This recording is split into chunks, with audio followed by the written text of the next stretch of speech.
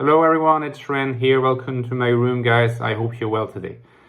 Today we're going to be discussing on healthy INTJs, a topic of interest, I hope, certainly to me, hopefully to you. Before I move on, just keep in mind that I've written a book on the INFJ personality, the ecstatic soul. All the links to the Amazon websites are available in the description box below. Less than $10, ebook, paperback format. It's the most in-depth investigation of the INFJ consciousness that you can find online. If you feel diminishing returns from your reading of current articles on blogs and other websites on the INFJ personality, you'd like to get a sense of what the INFJ consciousness feels like, what it feels like to be an INFJ, existential challenges and opportunities associated with it, this is the book to get.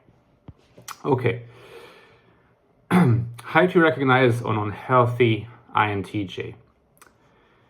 Now, I'm not an INTJ, but I've observed INTJs. So the first thing that I think we should consider is how often are INTJs unhealthy compared to other types. Now, I want to ask this question because if you look at the online literature and sometimes the testimonies of INTJs themselves, the impression you'll get is that INTJs, by and large, are lower in neuroticism, if you consider one of the big 5 dimensions. So they would not be turbulent, to use terminology from the 16 Personalities website, quite calm, emotionally, not hot-blooded, and that they'd be in control of the way they feel. Now, this could very well be the case, and it could be correlated with, I don't know if it is correlated with NI, but maybe with TEFI, because there's a very similar observation you would make about ISTJs, for example, who are also on the TEFI axis, albeit dominant perceivers, just like the INTJ. There is too often a leap that people make from someone being low in neuroticism to their being healthy. Part of the reason why this happens is because we often tend to think of unhealth in terms of neurosis or worse, psychosis. But neuroticism and neurosis obviously have a similar root. Someone who's high in neuroticism will be called neurotic by a lot of people. And so here the idea seems to be that INTJs are not likely to be neurotic and therefore not likely to be unhealthy. Now, this is very untrue. Evidence suggests that INTJs are just as likely to be unhealthy as other types. There's no reason why INTJs would be less likely to be unhealthy than other types. No evidence whatsoever. In fact, in being dominant perceivers and I-dominance, just like INFJs, there's always the risk of solipsism, getting locked up inside your own subjective world. And I'd say that maybe the INTJ is actually exposed to a higher risk of unhealth than INFJs because of the absence or relatively repressed FE function, which tends to be a reality check. The thing is about TE is that often TE is taken to be a reality check, but I think FE functions more as a reality check than TE does. Now, this can be explained in the following way. FE brings you back to reality through the viewpoints of a lot of other people. Social function. T brings you back to reality through your interactions with the objective world. But you're still the one who interacts with the objective world, and the objective world in itself does not have a voice. In other words, there are going to be many more voices bringing you back to a real sense of reality through FE than through TE.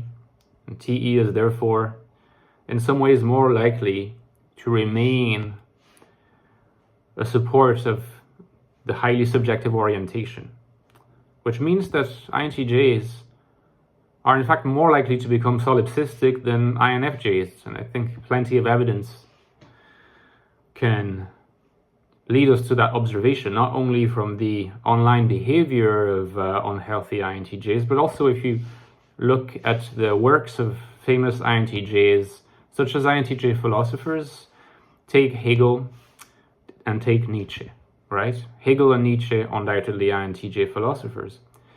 Both of them brilliant, but also highly idiosyncratic philosophers who wrote books that really suggest that they were very, very locked up in the world of their own subjectivity, to keep at it, to write so many books presenting theses that just went completely against the current of everything else. You can imagine that, yes, the T was present, but it was very much used as a support for the subjectivity of NIFI than the reverse. INTJs are really the only philosophers where you see this happening, these self-contained alternate universes where different laws apply and are presented to us, like in Hegel's system, or in Marxist systems, also an INTJ following Hegel, or in Nietzsche's anti-system. The same phenomena can be observed. So there's a threat of solipsism. And solipsism leads to unhealth because you're cut off from the real world. What's true is that when you interact with INTJs online, unhealthy INTJs, they will never confess to being unhealthy, or almost never confess to it. In fact, when an INTJ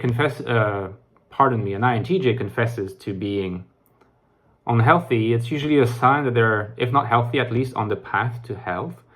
In other words, they are not as unhealthy as other INTJs who are unhealthy and also deny it. They deny it by making use of the TE function. This is, in the second part of the video, I think one of the big giveaways that an INTJ is unhealthy. When an INTJ is unhealthy, their FI, which tends to be developed in mature INTJs, just it can be, TI can be developed in mature INFJs, or SI in mature INFPs and INTPs. Meaning that in mature INTJs, contrary to what we think, there is a clear ability to talk about their feelings. But because the FI is tertiary, it's FI child, the expression will all often be, if not, I don't want to use necessarily the words of Carl Jung here, he would use the word infantile or archaic, but I would say, in some sense, romantic and pure.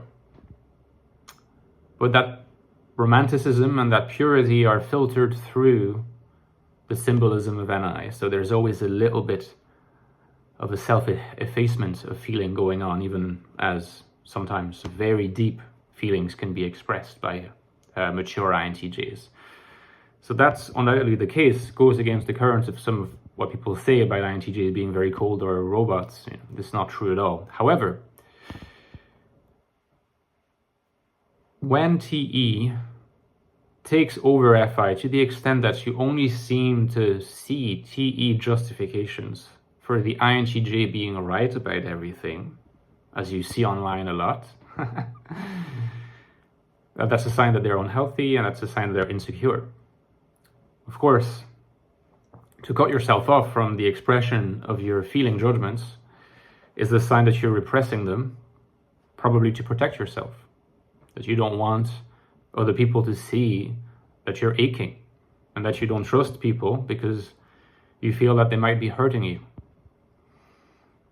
Some people might conceal their feelings in all sorts of ways. What I've observed is that INTJs tend to do it with an unbelievable display of TE coldness and sometimes even ruthlessness.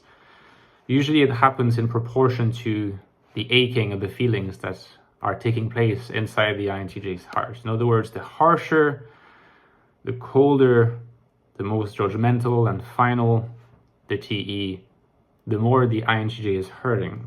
But if you try to reach out to them, particularly in an INFJ kind of FE way, they will react very strongly to it in a negative sense and often bring the INFJ down because they see it as the ultimate threat that they're going to be uncovered and they want to have control over it. So the world of unbalanced and hurting emotional subjectivity, the FI world, is being shielded and smothered by an objective or objectivating personalist TE that is becoming more and more present and seems to be the justificatory mode of every type of behavior. So the INTJ will behave as if they're being almost in complete union with objectivity and absence of feeling judgments. But that's not healthy, because every person has two types of feeling judgments, and the healthier the person, what Carl Jung himself calls the synthetic individual, has a well-balanced hierarchy of the functions. In other words, balanced intuitions and sensation, which is not always easy to achieve, but also balanced thinking and feeling to the extent that's possible. So every person has ideally a balance between rational expression and emotional expression. If someone is completely biased toward purely rational expression, something is not going well. If someone is going through, for a bias towards complete emotional expression, something is not going well either. But it seems to be a lot easier for people to pinpoint unhealth in someone who's only opting for emotional or so-called irrational expression. But when the expression is purely rational, we tend to wrongly assume that everything's okay, because the person might be very good at hiding what's going on. But purely rational expression, the repression of every possible instance of emotionality, including vulnerable emotionality, is a sign of unhealth. If you notice that in an INTJ, it's probably a sign that they're unhealthy. So like I said in a recent video, don't try not to be too hurt if you feel like you're treated harshly or haughtily by an INTJ, made to feel as if you're completely irrational, beside the point, controlled by your feelings, incapable of being objective. The INTJ feels the need to put you down like this, to pin you down. It's because they put you on a map, and that they feel the need to absolutely compare themselves to the map, to convince themselves, to reassure themselves that they're not the map, that they are, by contrast, objective. So ask yourself, why do they need to do this?